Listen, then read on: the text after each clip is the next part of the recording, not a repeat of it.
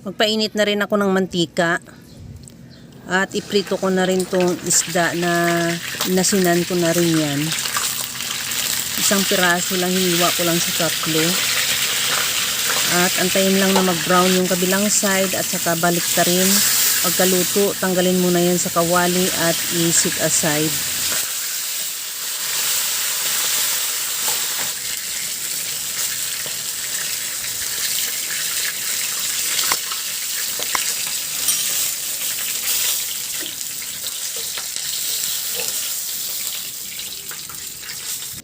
Nagpainit na ako ng tubig sa kaldero, bali 3 cups yan.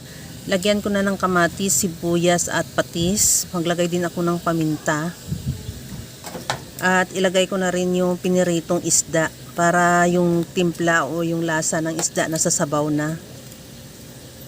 Antayin lang natin yan kumulo. Pagkakulo, ilagay ko na rin yung talong. Maglagay din ako ng okra at siling green. Takpan ko muna hanggang sa maluto lang yung gulay. Pagkaluto ng gulay, isunod ko na ilagay din yung patola.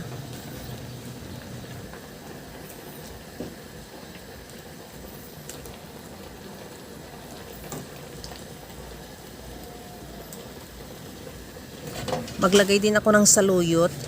At ihalo lang hanggang sa maluto yung saluyot at ready to serve na yan yung ating napakasarap na laswa with piniritong isda.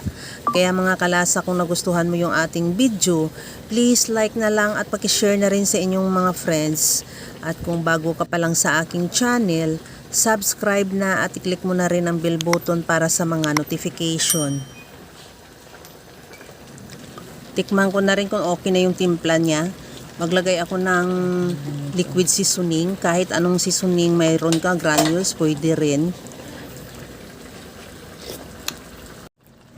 Okay na tong ating laswa with piniritong isda. Ready to serve na. Kaya mga kalasa, alam ko, kayang-kaya mo tong gawin. Dahil sa sobrang simple at napakadali niya lang lutuin. Kagaya lang lagi sa sinasabi ko na wala namang hindi marunong magluto basta sa simpleng paraan lang. Hanggang sa muli mga kalasa, thank you for watching. Bye-bye!